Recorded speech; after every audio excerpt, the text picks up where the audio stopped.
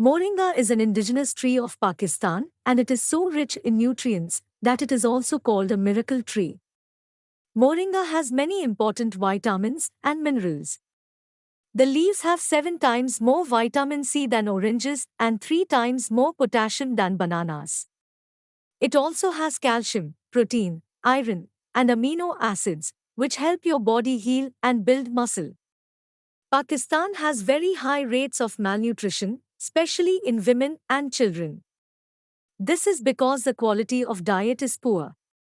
The usual diet of the poor is often roti only, which people eat with low nutrient items like onions, pickles, and yogurt.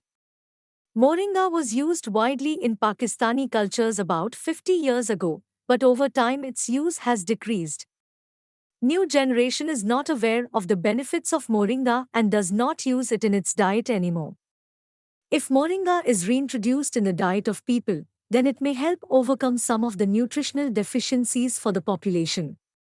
We did a project in Matiari district of rural Sindh, where we planted more than 40,000 moringa trees and arranged for peer-to-peer counseling of the population regarding the benefits of moringa. We are now conducting research to assess the increase in use of moringa in the community and the health impact that it causes.